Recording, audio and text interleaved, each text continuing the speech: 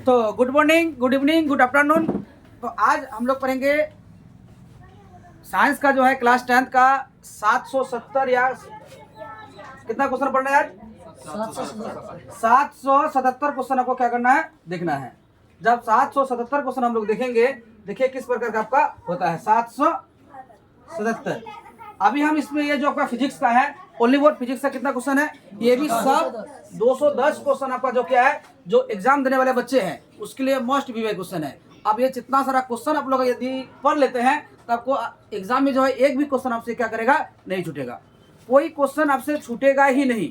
आप यदि जितना क्वेश्चन इसमें आपको इस क्लास में आपको बताया जा रहा है उतना क्वेश्चन आप पूरा से अगर कर लेते हैं, आपका एक भी क्वेश्चन आपका नहीं छूटेगा। तो देखते हैं पहला आपका क्वेश्चन जो आपका आता है फिजिक्स का 210 क्वेश्चन। फिजिक्स का क्या देखेंगे, 210 क्वेश्चन देखते हैं उसमें आपका क्या क्या कहता है। और आप लोग भी क्या कीजिए, इसका रिवीजन और करते रहिए।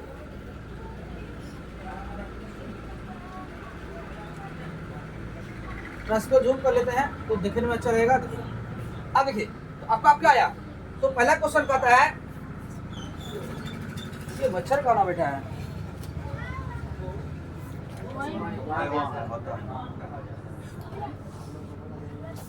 देखिए पहला क्वेश्चन कहता है प्रकाश कौन सा तरंग है। बताइए आप लोग, प्रकाश कौन सा तरंग है आपका, अनुप्रस्थ या चुंबकीय तरंग है।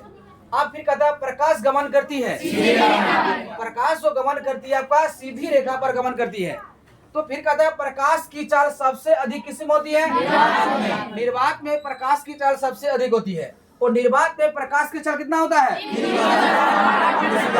3 × 10⁻8 मीटर प्रति सेकंड, लगभग आप कह सकते हैं 3 लाख किलोमीटर प्रति सेकंड का है। तो मेरे प्यारे बच्चों सब, ये जो क्लास आपका है ना, ये रिवीजन क्लास आपका है। यानी टोटल किताब का जैसे फिजिक्स का जितना चैप्टर है सभी चैप्टर में सबका क्वेश्चन लिया गया है। ये आपका क्या है, रिवीजन क्लास है। इसको जितना ज्यादा बार देखिएगा उतना ही ज्यादा आपका क्या है, आपका फायदा है। तो कहता है प्रकाश के परिवर्तन के कितने नियम है, प्रकाश के परिवर्तन के वो 2 नियम है। प्रकाश के परावर्तन के नियम निर्धारित होते हैं, आपतन कोण बराबर आपका किसका, परावर्तन कोण का। फिर आगे हम लोग देखेंगे, आगे फिर क्या कहता है, तो कहता है समतल दर्पण ना, इसको थोड़ा साफ कर लेते हैं।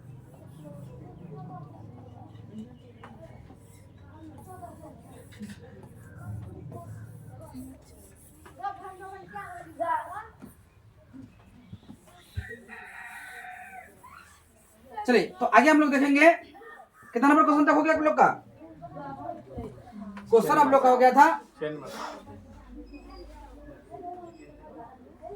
तो कहता समतल दर्पण द्वारा बना प्रतिबिंब होता है, काल्पनिक प्रतिबिंब होता है। समतल दर्पण द्वारा कौन सा प्रतिबिंब होता है, काल्पनिक प्रतिबिंब बनता है। और फिर कहता है दर्पण के सामने किसी भी दूरी पर स्थित वस्तु का प्रतिबिंब सीधा प्रतीत होता है, तो वह दर्पण होगा या तो समतल या तो उत्तल। समतल दर्पण की फोकस दूरी होती है अनंत पर होती है। और अवतल दर्पण के सामने वस्तु को कहाँ रखा जाए ताकि प्रतिबिंब उल्टा, वास्तविक और समान आकार का बने, आपका वक्रता केंद्र पर आपका बनेगा। फिर कहता उत्तल दर्पण द्वारा बना प्रतिबिंब होता है, क्या होता है उत्तल दर्पण द्वारा। चले दर्पण क्या प्रकार के हैं,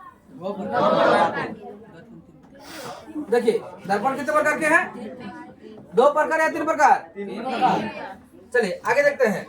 आगे आपका कहता है दर्पण शुद्ध।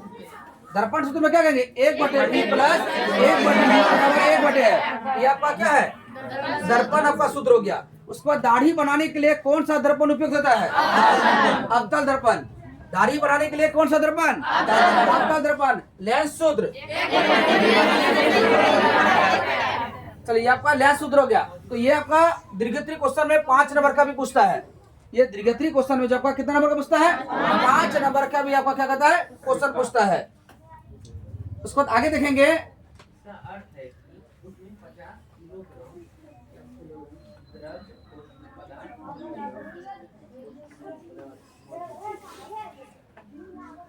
देखिए किसी कार के अग्रदीप में प्रयुक्त दर्पण होता है, उत्तल दर्पण होता है। किस दर्पण का उपयोग गाड़ियों के साइड मिरर के रूप में होता है, उत्तल दर्पण। नई कार्तिकीय परिपाटी के अनुसार दर्पण के सामने रखे बीम की दूरी होती है, होती है। फिर आपको कहता है किस दर्पण की फोकस दूरी धनात्मक होती है? उत्तल दर्पण की फोकस दूरी आपका क्या होती है? धनात्मक होती है ना, होता है। अब फिर कहता है यदि किसी वस्तु का आवर्धन ऋणात्मक हो तो उस प्रतिबिंब की प्रकृति क्या होगी? वास्तविक और उल्टा। अब अगला क्वेश्चन आपको कहता है 20 नंबर का, देखिएगा। तो क्या कहा, ये क्वेश्चन आपका जो है, लेकिन आज मच्छर बहुत ज्यादा डिस्टर्ब कर रहा है। तो कहता है आपका दंत विशेषज्ञ किस दर्पण का उपयोग मरीजों के दांत का बड़ा प्रतिबिंब देखने के लिए करता है? अवतल दर्पण। गोलीय दर्पण के परावर्तक पृष्ठ की वृत्ताकार सीमा रेखा का व्यास कहलाता है गोलीय दर्पण का द्वारा कहलाता है। हजामत के लिए किस दर्पण का उपयोग होता है? अवतल दर्पण का। काल्पनिक प्रतिबिंब होता है सीधा। काल्पनिक प्रतिबिंब का क्या होता है? सीधा होता है आपका। फिर आपका कहता है गोलीय दर्पण की फोकस अंतर एवं वक्रता त्रिज्या के बीच की दूरी क्या जाएगा? F बराबर R बाय बोलिए या बटे बोलिए, कुछ भी आप बोल सकते हैं, लेकिन मच्छर डिस्टर्ब कर रहा है अभी भी, लेकिन बिट नहीं रहा है। चलिए आगे आपका कहता है किसी बीम का अवतल दर्पण द्वारा बना प्रतिबिंब आभासी या सीधा बड़ा पाया गया है तो वस्तु का स्थिति क्या होगा? दर्पण के ध्रुव तथा फोकस के बीच होगा। किस दर्पण से दूरी की वस्तु या प्रतिबिंब सदैव सीधा होता है? या तो समतल या तो उत्तल। तो आगे आप लोग देखेंगे, आगे आपका क्या कहता है? अवतल दर्पण की फोकस दूरी होती है, अवतल दर्पण की फोकस दूरी ऋणात्मक आपका होती है। फिर आपको कहता है किस दर्पण से हमेशा वस्तु से छोटा प्रतिबिंब प्राप्त होता है? उत्तल दर्पण। वायु में प्रकाश की चाल निर्वात की अपेक्षा होती है कम होती है। प्रकाश की चाल विभिन्न माध्यम में भिन्न भिन्न होती है, माने अलग अलग होती है। तालाब का जल कम गहरा दिनाई का कारण प्रकाश का अपवर्तन। किसी लेंस द्वारा उत्पन्न आवर्धन का ऐसा ही मात्रक आपका क्या है? मात्रक विहीन। लेंस के मुख्य फोकस की संख्या होती है 2 होती है। अवतल लेंस का आवर्धन m बराबर। चलिए किसी माध्यम के अपवर्तनक का मान होता है साइन आई बटे साइन आर। किसका अपवर्तनक सबसे अधिक होता है? हीरा का अपवर्तनक सबसे ज्यादा होता है। तो बता सकते हैं हीरा का अपवर्तनक कितना होता है? 2.42। तो हीरा का जो अपवर्तनक आपका होता है वो 2.42 आपका होता है। तो आगे फिर आपका कहता है किस लेंस का क्वेश्चन आपका क्या? अगला क्वेश्चन, किस लेंस को ना, ये वाला है ना 37 नंबर का, किस लेंस को अभिसारी लेंस कहते हैं? लेंस को आपका अभिसारी लेंस कहते हैं। किस लेंस को अपसारी लेंस कहते हैं? अवतल लेंस को अपसारी लेंस कहेंगे। कौन सा लेंस की क्षमता का मात्रक है? डायप्टर। कहेगा आपका डायप्टर किससे दर्शाया जाएगा? डी से। किस लेंस की फोकस दूरी धनात्मक होती है? उत्तल दर्पण। तो किस माध्यम में प्रकाश की चाल अधिकतम होती है? निर्वात में जो है आपका प्रकाश की चाल सबसे ज्यादा होता है। और शब्दकोश के छोटे अक्षरों को पढ़ने के लिए किस लेंस का उपयोग करना पसंद करेंगे? 5 सेंटीमीटर का उत्तल लेंस का।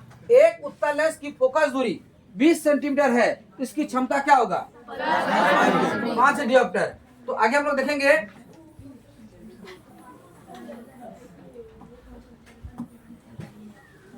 अगला क्वेश्चन क्या कहता है 44 का? कहता है कौन सा पदार्थ लेंस बनाने में प्रयुक्त नहीं किया जाता है?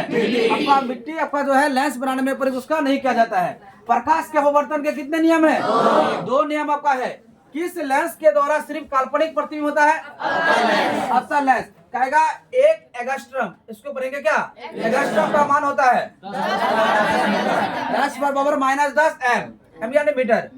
एक उत्तल लेंस होता है किनारों की अपेक्षा बीच में मोटा। किसी बीम का वास्तविक प्रतिबिंब समान आकार का प्राप्त करने हेतु बीम को उत्तल लेंस के सामने कहाँ रखना जाता है? वक्रता केंद्र पर। उत्तल लेंस द्वारा आवर्धित काल्पनिक प्रतिबिंब बनता है जब वस्तु रहती है फोकस और लेंस के बीच। किस वस्तु का वास्तविक प्रतिबिंब कौन बनाता है? उत्तल लेंस। फोटोग्राफी करने का अदृश्य होता है? उत्तल लेंस। प्रकाश की चाल न्यूनतम होती है कांच में, प्रकाश की चाल आपका क्या होती है? न्यूनतम होती है। तो आपको पता है ना, प्रकाश की चाल जो है अलग अलग माध्यम में अलग अलग चलता है, लेकिन सबसे न्यूनतम जो चलता है वो किस में चलता है? कांच में आपका सबसे न्यूनतम आपका क्या करता है? चलता है। तो आगे हम लोग पढ़ेंगे, अवतल दर्पण के सामने वस्तु को कहां रखने पर प्रतिबिंब समान साइज का बनेगा? वक्रता केंद्र पर आपका बनेगा। स्नेल का नियम है साइन आई बटे साइन आर। उत्तल लेंस के सामने वस्तु कहां रखने पर प्रतिबिंब वस्तु के बराबर आकार का बनेगा? वक्रता केंद्र पर। तो अब देखिए 25 सेंटीमीटर फोकस अंतर वाले अवतल लेंस की क्षमता कितनी होती है? 4 DF है ना। अब देखिए ये आप लोगों को पहले बता दिया है, ये अपना निकलता कैसे, फोकस अंतर आपको क्या करेगा, कैसे निकलेगा। तो जल का अपवर्तना क्या होता है? देखिए जल का अपवर्तना आपका होता है 1.33, लेकिन हीरे का अपवर्तना क्या होता है? 2 आपका 4 आपका हीरे का क्या होता है? अपवर्तना आपका होता है।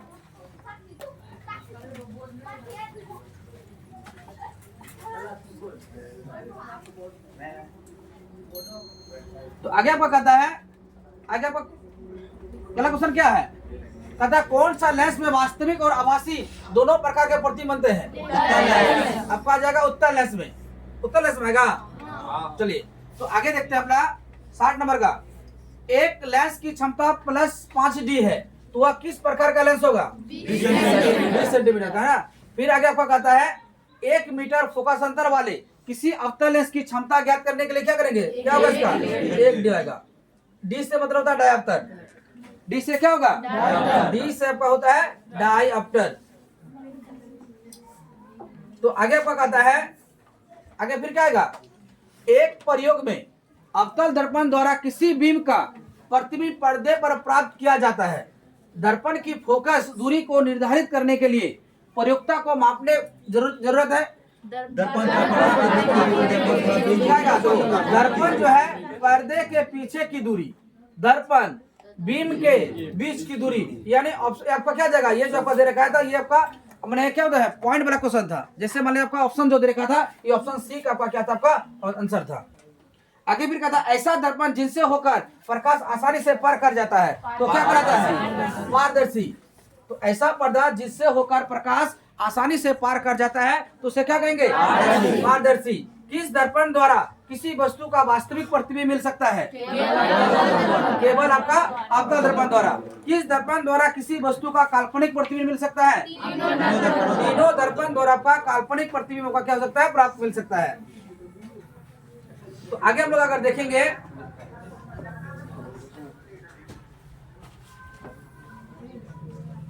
तो अगला क्वेश्चन आपका कहता है वस्तु से छोटा और आभासी प्रतिबिंब किस दर्पण से प्राप्त होता है? अवतल दर्पण से क्या होता है? प्राप्त होता है। तो अवतल दर्पण की फोकस दूरी वक्रता त्रिज्या की होती है, आधी होती है। मोटर गाड़ी के चालक के सामने लगा होता है उत्तल दर्पण। उत्तल दर्पण द्वारा बना प्रतिबिंब होता है काल्पनिक और सीधा। तो संबंध F बराबर R/2 सत्य है अवतल दर्पण और उत्तल दर्पण दोनों के लिए। तो आगे हम लोग देखेंगे, ये आपका क्या हो गया? 70 क्वेश्चन आप लोग हो गया। तो आशा करते हैं 70 क्वेश्चन आप लोगों को क्या था? पूरा याद था। तो कमेंट में बताइएगा कि ये 70 क्वेश्चन हम लोग बताए हैं, किसको पूरा क्वेश्चन आपका क्या था? याद था। तो आगे हम लोग देखेंगे,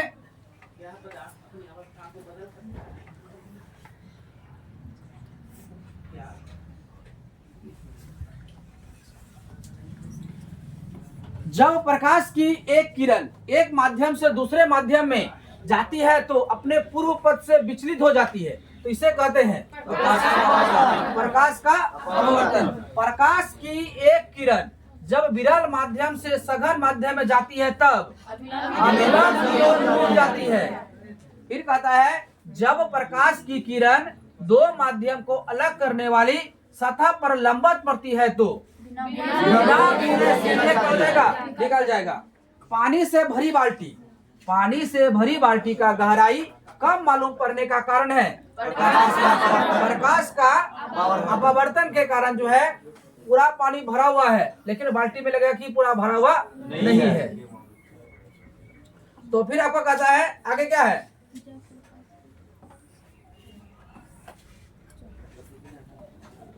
कहता आपका जब प्रकाश की किरण सघन माध्यम से विरल माध्यम में जाती है तब क्या होता है? अविलंब की ओर मुड़ जाती है, दूर मुड़ जाती है ना। मानव नेत्र के लिए दृष्टि का अस्तित्व होता है 1/16 सेकेंड। किसी वस्तु का प्रतिबिंब कहाँ बनता है? रेटिना पर बनता है। नेत्र में प्रवेश करने वाली प्रकाश किरणों का अधिकांशतः परावर्तन होता है कार्निया के बाहरी पृष्ठ पर। पुतली के साइज को कौन नियंत्रित करता है? हरी तरीका करता है। आंख का व्यवहार होता है लेंस की तरह। मानव नेत्र में किस प्रकार का लेंस पाया जाता है?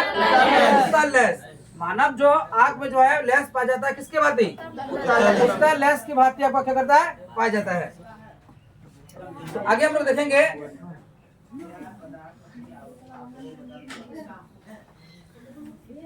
अगर एक स्वस्थ आंख की दूर बिंदु होती है होता है। सामान्य दृष्टि के वयस्क के लिए सुस्पष्ट दर्शन की अल्पतम दूरी लगभग होती है 25 सेंटीमीटर। नेत्र द्वारा किसी वस्तु का कैसा प्रतिबिंब बनता है? वास्तविक और छोटा प्रतिबिंब बनता है।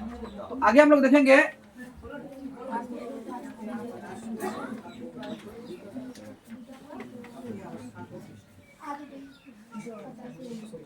चलिए। तो आगे आपका कहता है कि कितना नंबर? 50 नंबर का ना।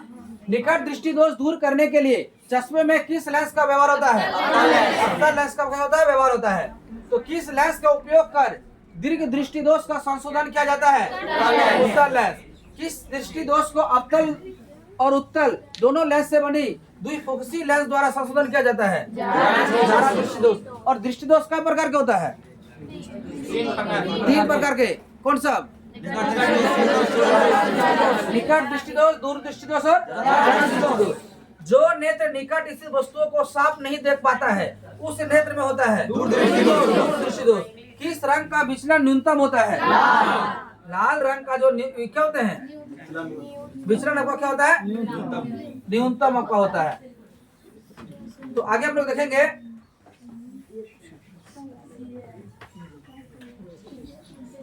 श्वेत रंग कितने रंगों के मेल से बना है? श्वेत रंग आपका 7 रंगों के मेल से क्या है? बना है। ठीक है। अगला कहता है स्पेक्ट्रम प्राप्त करने के लिए किसका उपयोग होता है? प्रिज्म का क्या होता है? प्रयोग होता है। स्पेक्ट्रम में किस रंग के किरण का झुकाव अधिक होता है? बैंगनी रंग का किरण का झुकाव अधिक होता है। प्रकाश का प्राथमिक वर्ण लाल, हरा और नीला। तारे के टिमटिमाने का कारण क्या है? वायुमंडलीय अपवर्तन के कारण जो है तारे हमें क्या लगता है? टिमटिमाते नजर आता है। फिर कहता है प्रकाश के किस घटना के कारण सूर्य हमें वास्तविक सूर्योदय से लगभग 2 मिनट पूर्व दिखाई देने लगता है? वायुमंडलीय अपवर्तन के कारण हमें जो है 2 मिनट पहले आपका क्या दिखाई देता है? सूर्य आपका दिखाई देता है। देखो वास्तविक समय से 2 मिनट पहले। वास्तविक समय क्या होता है? सूर्योदय होने का जो टाइम है उससे 2 मिनट पहले हमको दिखाई देगा। तो आगे आपका कहता है कहां पर है? तारों का टिमटिमाना प्रकाश की किस घटना को दर्शाता है? वायुमंडल में कौन सा वर्ण अधिक प्रकीर्णन करता है? नीला वर्ण जो है आपका अधिक क्या करता है? आपका प्रकीर्णन करता है। आगे आगे देखेंगे हम लोग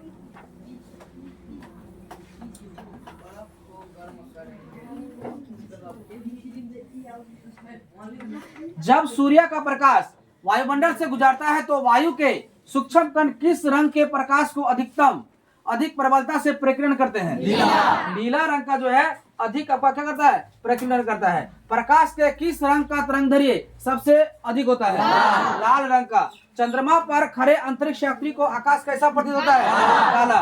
किसी कुलाइडी विलयन में निलंबित कणों से प्रकाश के क्या होता है? प्रकीर्णन को कहा जाता है इंडल प्रभाव। दृश्य प्रकाश में किस वर्ण का तरंगदैर्घ्य सबसे अधिक होता है? लाल रंग का। किसी अंतरिक्ष यात्री को आकाश कैसा प्रतीत होता है? आपको क्या जाएगा? काला प्रतीत होगा। बताओ अंतरिक्ष को काला क्यों प्रतीत होगा? क्योंकि चंद्रमा पर वायुमंडल नहीं है, इसके कारण वहां पर काला प्रतीत होगा। अब देखिए फिर कहता है आपका एक इलेक्ट्रॉन पर आवेश होता है 1.6 गुना 10 पर -19 कूलम। विद्युत आवेश का असाई मात्रक कूलम। 1 माइक्रो एम्पियर के तुल्य कितना विद्युत धारा होगी? 10 पर पावर माइनस 6 एम्पियर। धारा मापने में किसका उपयोग होता है? एमीटर का। बैटरी से किस प्रकार की धारा प्राप्त होती है? दिष्ट धारा क्या होती है? प्राप्त होती है। अमीटर को विद्युत परिपथ में कैसे जोड़ा जाता है? श्रेणी क्रम में जोड़ा जाता है। विद्युत धारा का SI मात्रक एम्पियर। विद्युत धारा का SI मात्रक एम्पियर आपका है। चलिए आगे देखेंगे हम लोग। 100 क्वेश्चन शतक पार कर चुके हैं, यानी 1 शतक बहुत पहले पार कर चुके हैं, इनको पता नहीं चला 1 शतक पूरा हो गया। चलिए आपको यहाँ पर अभी जाना नहीं है कहीं पर, 2 शतक पूरा करना है। तो आगे आपका क्या कहता है? किस उपकरण में धन प्लस और ऋण माइनस का चिन्ह नहीं होता है? कुंडली में आपका धन प्लस और ऋण माइनस का चिन्ह नहीं होता है। किसी बल्ब से 1 मिनट में 120 कूलम आवेश प्रवाहित हो रहा है, तो विद्युत धारा का मान क्या होगा? 2 एम्पियर इसका क्या होगा? मान होगा। तो क्वेश्चन नंबर आप देखिएगा, क्वेश्चन नंबर कितना भी है? Question number 113। क्वेश्चन नंबर कितना है? 113 में क्या कहता है? तो तेरा कहता है जब किसी चालक से विद्युत धारा बहती है तो गतिशील कण होते हैं इलेक्ट्रॉन। गतिशील कैसे होते हैं? इलेक्ट्रॉन। 1 कूलम विद्युत आवेश कितने प्रोटॉन से बना होता है? 6.25 गुना 10 पर पावर 18। किसी चालक तार से प्रवाहित विद्युत धारा का गतिशील कण होता है? इलेक्ट्रॉन होता है। ये किसका आएगा? इलेक्ट्रॉन आएगा। अब बताइए तो आवेश कितने प्रकार के हैं? आवेश अब कितने प्रकार के हैं? आवेश आपका जो है 2 प्रकार के हैं। कौन सा? धन आवेश, एक होता है धन आवेश, एक होता है ऋण आवेश। फिर आपको आगे देखिए क्या कहता है अगला क्वेश्चन में। अगला क्वेश्चन कहता है विद्युत आवेश के प्रभाव दर को कहते हैं धारा। विभवांतर कैसा है? मात्रक वोल्ट। किसी वोल्ट मीटर में स्केल पर OV और IV के बीच 20 विभाजन चिन्ह है, तो उस वोल्ट मीटर का अल्प मापांक है 0.05 वोल्ट। विभवांतर मापने वाले यंत्र को कहा जाता है वोल्ट मीटर। उसके बाद देखिए अगला क्वेश्चन आपको कहता है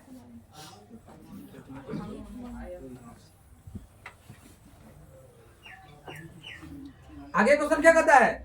अगला क्वेश्चन आपको कहता है कि 1 वोल्ट बराबर होता है क्या आपका? जूल प्रति कूलम। क्या होगा? जूल प्रति कूलम। तो अगला क्वेश्चन कहता है विभवांतर के 2 बिंदुओं के बीच 2 कूलम आवेश को ले जाने में कितना कार्य किया जाता है? 24 जूल किया जाता है। वोल्ट V बराबर होता है जूल प्रति कूलम आपका होता है। फिर अगला क्वेश्चन आपका कहता है, अगला क्वेश्चन क्या कहता है? देखो निम्नलिखित में कौन सा कथन सही है? देखिए सबसे पहले निम्नलिखित वाला जितना भी क्वेश्चन होता है ना, अब इसका किधर हो गया? आज मच्छी की भी क्लास करने के लिए आ गया। क्या करेंगे आप लोग? अगर बढ़िया से नहीं पढ़ेगा तो मक्खी तो पढ़ेगा ना। चलिए ये क्वेश्चन को हम लोग देखते हैं। निम्नलिखित में कौन सा कथन सही था? तो जूल बराबर क्या होता है? कूलम बटे वोल्ट। ओम का नियम है V बराबर IR। रियोस्टेट का उद्देश्य क्या है? धारा के परिणाम में वृद्धि या कमी निकालना। किसी कुंडली का प्रतिरोध ज्ञात करने के लिए सूत्र होता है क्या जगह? R बराबर V बटे I। R बराबर V बटे I आपका होता है। तो अगला क्वेश्चन आपका फिर क्या कहता है? किसी चालक के छोरों के बीच विभवांतर V प्रतिरोध R एवं प्रवाह धारा I के बीच का संबंध क्या होता है? R बराबर आपका I होता है। तो थोड़ा सा पेज को आगे कर लेते हैं। जाइएगा कहीं नहीं। देखिए जितना क्वेश्चन आप देख रहे हैं ना, पूरा चैप्टर बाय चैप्टर क्वेश्चन आपका लिया गया है। एग्जाम्स में जो है ना, इससे बाहर कोई क्वेश्चन रहेगा ही नहीं आपका। हाँ, यदि आप इस पूरा क्वेश्चन को अगर पढ़ लेते हैं तब जाके, अगर नहीं पढ़िएगा तो बाबू कितना कुछ रह गया। किताब कॉपी खरीदने से आपका ज्ञान थोड़े होता है। आप किताब मोटी मोटी किताब खरीद लेंगे, बहुत कुछ कर लेंगे, तो जब तक आप उसका पढ़िएंगे नहीं तब तक इसका आपका ज्ञान नहीं होगा। क्योंकि आपको किताब कॉपी में आपको क्या करना होगा? पढ़ना ही होगा। बिना पढ़े हुए कोई उपाय नहीं है। तो अब देखिए किताब में सब कुछ दे रखा है, लेकिन पढ़ेंगे नहीं तो एग्जाम में कैसे लिखेंगे। अभी जैसे आप कहिएगा ठंडा है सब कुछ है, तो ठंडा लग रहा है हम लोग कैसे पढ़ेंगे। तो एग्जाम हॉल में जाइएगा ना तो याद कीजिएगा, काश थोड़ा सा पढ़ लेते। जब एक आध नंबर के लिए जो है ना अच्छा नंबर छूट जाएगा, तब उसमें ज़्यादा जितना अफसोस होगा ना, और थोड़ा सा पढ़ लेते ना तो थोड़ा सा ज़्यादा नंबर क्या आ जाता। अब देखिए अगला क्वेश्चन क्या कहता है 128 का, एक विद्युत हीटर की कुंडली जिसमें प्रतिरोध 55 ओम है, तो 220 वोल्ट के स्रोत से जो विद्युत धारा लगी उसका मान क्या होगा? 4 एम्पियर। विद्युत का अच्छा चालक क्या होता है? चांदी जो होता है विद्युत का अच्छा चालक होता है। फिर आपका क्या कहता है, लेकिन बच्चे बहुत ज्यादा डिस्टर्ब हो रहे हैं, चले कोई दिक्कत नहीं, इसको भी पढ़ना है। अगला फिर क्या कहता है, अमीटर। अमीटर का प्रतिरोध होता है ओ छोटा। विद्युत बल्ब का तंतु बना होता है कंडक्शन से। निम्न में से कौन विद्युत का सबसे अच्छा चालक है? चांदी। किसी चालक का प्रतिरोध का मात्रक होता है ओम मीटर। किसी चालक प्रतिरोध निर्भर नहीं करता है चालक में प्रवाहित विद्युत धारा पर। ताप बढ़ने से चालक का प्रतिरोध बढ़ता है। प्रतिरोध का सही मात्रक ओम। समांतर संयोजन में क्वेश्चन क्या कहता है, पढ़िए।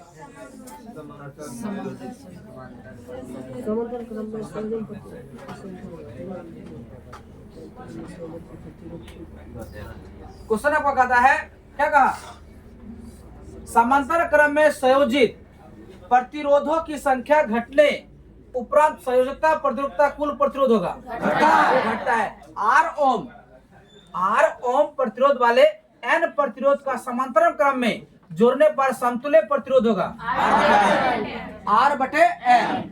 10 ओम और 20 ओम के दो प्रतिरोधों को श्रेणी क्रम में जोड़ने पर समतुल्य प्रतिरोध होगा 30 ओम। एक विद्युत सेल से धारा प्राप्त करने पर इसके सिरों के बीच विभवांतर का मान होता है विद्युत वाहक बल से कम। जब एक से अधिक प्रतिरोध श्रेणी क्रम में जुड़े रहते हैं तब कौन सा भौतिक राशि उनमें समान रहती है? विद्युत धारा आपका क्या रहती है? समान रहती है।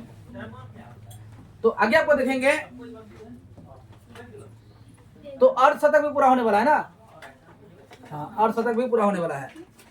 चलिए आगे आपका है, 1 जूल का मान होता है 0.24 कैलोरी। ऊर्जा का ऐसा ही मात्रा जूल। विद्युत फ्यूज विद्युत धारा के किस प्रभाव पर कार्य करता है? उसके प्रभाव पर। विद्युत हीटर के तार की कुंडली बनी होती है डायग्राम की। किसी परिपथ का वह गुण जो विद्युत ऊर्जा को उष्मा में बदल देता है प्रतिरोध कहलाता है। तो विद्युत ऊर्जा का व्यापारिक मात्रा क्या होता है? किलोवाट घंटा या यूनिट भी कह सकते हैं। किलोवाट घंटा या यूनिट भी आप क्या कर सकते हैं, बोल सकते हैं। तो आगे आपका फिर क्या कहता है, अगला कहता है आपका, चलिए और थोड़ा ऊपर कर लेते हैं ना।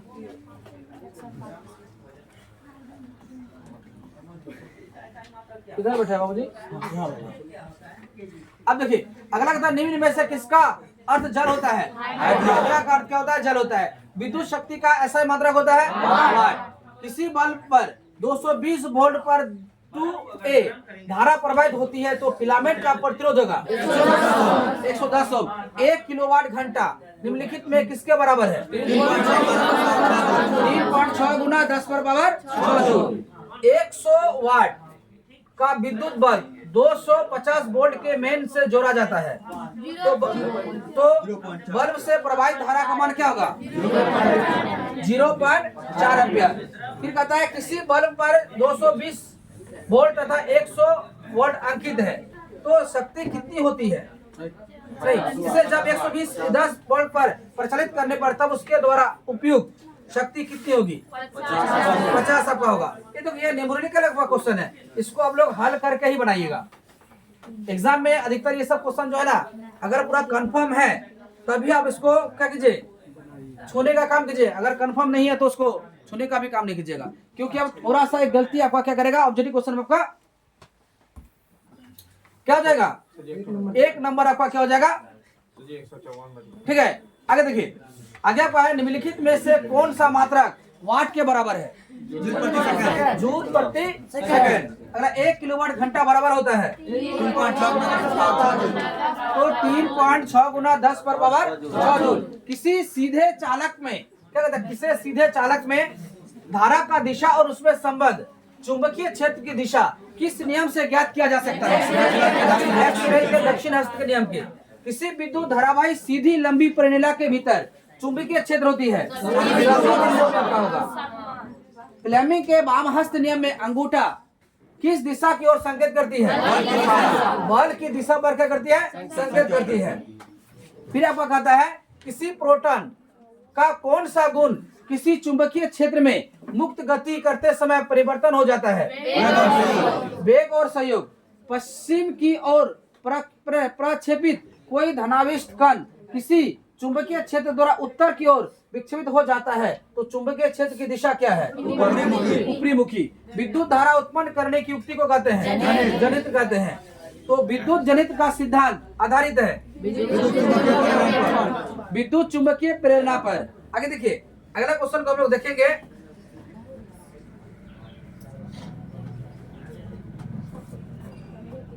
किधर वो बैठा है जो वो कुछ नहीं रहा है? वहाँ पे, वहाँ साइड, तो यहाँ पर देखिए। तो थोड़ा सा मच्छर भी बैठ जाता है ना तो वो भी इसको क्या करता है? रोक के रखता है। कितना ज्यादा मच्छर का है जानते हैं? आपको एक तो अंतिम एक तो बताएंगे कि मच्छर का कितना वैल्यू होता है। एक मक्खी का जो वैल्यू होता है ना, आप बहुत मतलब आप अंदाजा कीजिए, आप सोच के रखिए एक मक्खी का कीमत कितना है। एक मक्खी जो होता है, जो अभी आप कभी कभी यहाँ पर देखते होंगे, तो एक मक्खी है, तो आप अंदाजा लगाइए इस मक्खी का जो है कितना कीमत है, और आपको कमेंट में बताइए कि कितना कीमत इसका हो सकता है।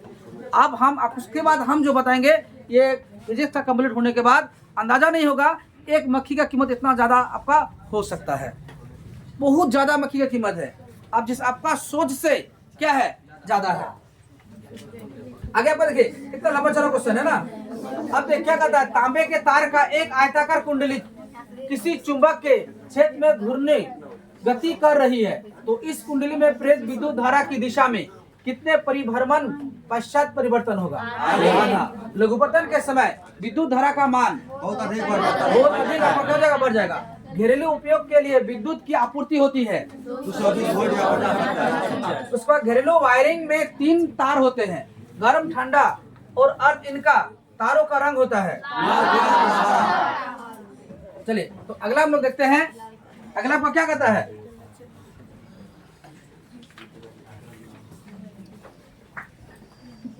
चलिए 2 शतक हम लोग को पूरने वाला है, बहुत जल्दी हम लोग 2 शतक मार दिया ना।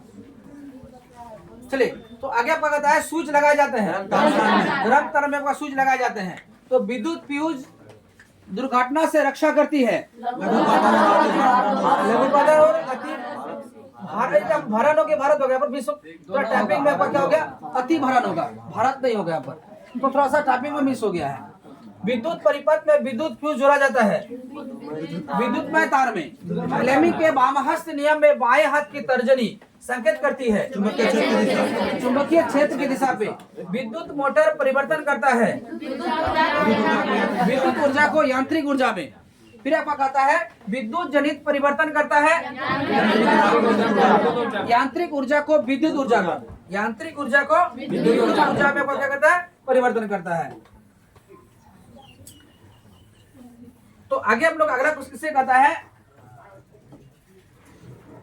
खिलौने में किस प्रकार का सेल का उपयोग होता है? शुष्क सेल की क्वेश्चन छूट गया था ना, चलिए देख लेते हैं, फिर कोई दिक्कत नहीं है।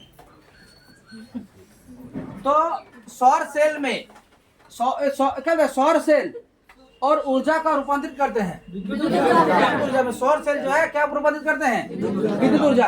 खिलौने में किस प्रकार का सेल का उपयोग होता है? सेल का मतलब क्या होता है जानते हैं?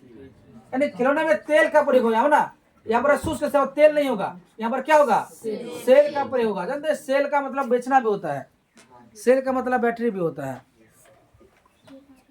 बात समझ में आया? और अब कौन सा सेल के बारे में बोल रहे हैं तो आप पर डिपेंड कर रहा है, लेकिन हमारे तो बैटरी के बारे में बता रहे हैं। सूखा सेल, या तेल नहीं, यहाँ पर क्या होगा? सेल। कौन सा परंपरागत ऊर्जा स्रोत है? जैव मात्रा। सौर कुकर में कौन सा दर्पण होता है? अवतल दर्पण। कान्हा विद्युत संयंत्र किस राज्य में है? उत्तर प्रदेश में। भारत में उत्पादित प्रत्यावर्ती विद्युत धारा की आवृत्ति होती है 50 हर्ट्ज ना।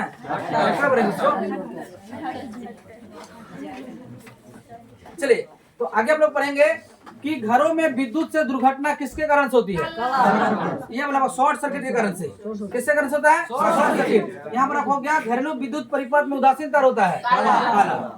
तो फ्यूज तार ऐसे पदार्थ का बना होता है जिसका प्रतिरोध अधिक और गणना क्या होगा? कम।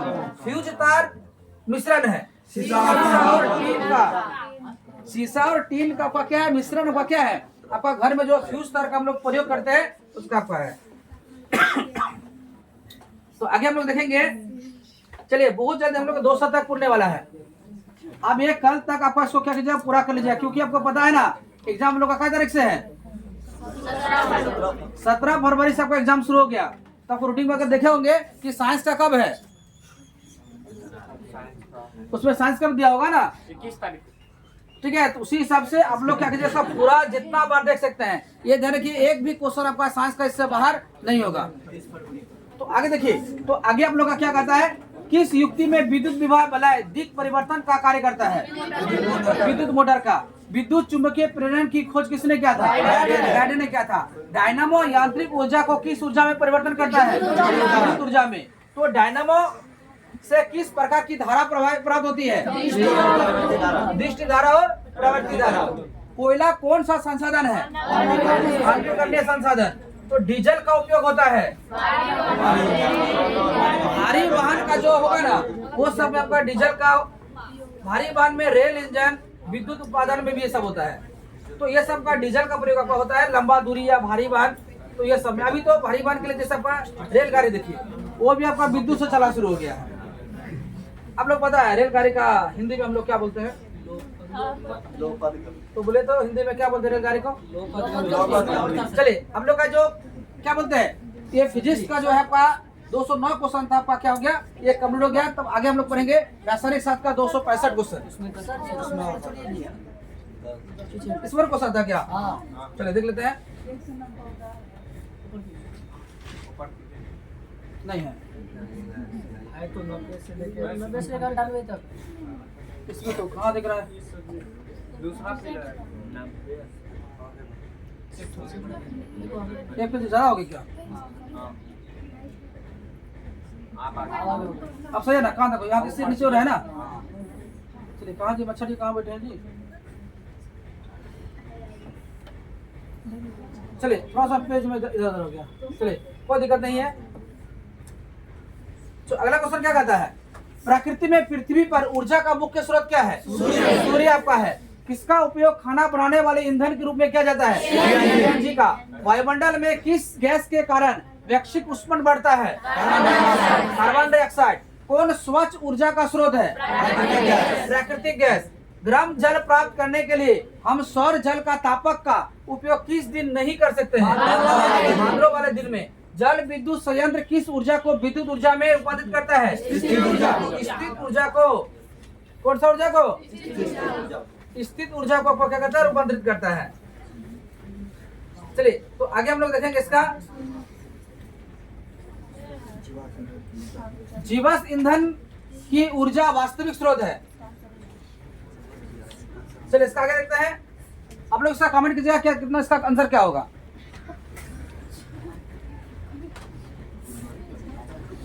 चलिए, पवन विद्युत जनित में पवन की चाल कम से कम कितनी होनी चाहिए? 15 किलोमीटर प्रति घंटा आपका पवन की चाल आपका होनी चाहिए। पवन की चाल 15 किलोमीटर घंटा होनी चाहिए। सौर जल उष्मा का उपयोग गर्म पानी पीने के लिए नहीं किया जा सकता है। खिलौने में किस प्रकार का सेल का उपयोग होता है? निम्न में से कौन सा ऊर्जा स्रोत और ऊर्जा की उत्पन्न नहीं है? ऊर्जा। किस धातु से सौर सेल बनता है? सिलिकॉन से आपका क्या बनता है? सौर सेल बनता है। सिलिकॉन से आपका क्या बनता है? आपका सौर सेल बनता है। तो आगे आप लोग देखेंगे।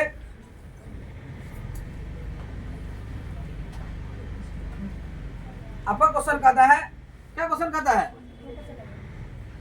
नरोरा। नरोरा नाभिकीय विद्युत संयंत्र किस राज्य में स्थित है? उत्तर प्रदेश में है। प्रकृति में पृथ्वी पर ऊर्जा का मुख्य स्रोत सूर्य आपका है। किसका उपयोग खाना बनाने के लिए ईंधन में होता है? एलपीजी का उपयोग होता है। वायुमंडल में किस गैस के बढ़ने पर वैश्विक उत्पन्न होता है? Carbon dioxide. घरेलू एलपीजी का प्रमुख घटक है न्यूटन। अब देखिए इसमें कुछ नोट में भी हम लोग दे रखा है। क्या दे रखा है? तारापुर महाराष्ट्र, प्रताप सागर राजस्थान, कलपक्कम तमिलनाडु, नरोरा उत्तर प्रदेश और कैंगा क्या है? कर्नाटक में क्या है? स्थित है। इस प्रकार का हमने 209 क्वेश्चन, कितना क्वेश्चन? 209 क्वेश्चन किसका कंप्लीट कर लिया? फिजिक्स का जो आपका 209 क्वेश्चन हमने क्या कर लिया? कंप्लीट कर लिया। तो आगे जो हम लोग पढ़ेंगे किसका पढ़ेंगे? केमिस्ट्री का। तो केमिस्ट्री का जो है हम लोग अगले क्लास में पढ़ेंगे। तब तक इसको 1 2 बार 4 बार जितना भी जब तक याद ना हो तब तक कीजिए, देखते रहिए। आप लोगों ने बताया था ना एक मक्खी का कीमत कितना हो सकता है, तो ध्यान से सुनिएगा। जब कोई मक्खी जो है सब्जी के दुकान में बैठता है, जैसे सब्जी जब तौल के देता है उसमें अगर मक्खी जो बैठता है उसको कोई फर्क नहीं पड़ता है, वो मक्खी ऐसा ही चल जाता है।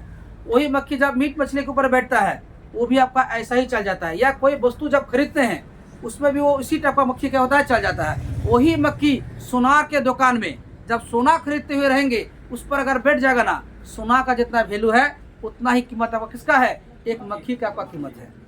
अब बताइए अभी तो 1 ग्राम सोना का कीमत कीजिए कितना सारा है, उतना ही आपका क्या है? एक मक्खी का भी आपका क्या है? कीमत है।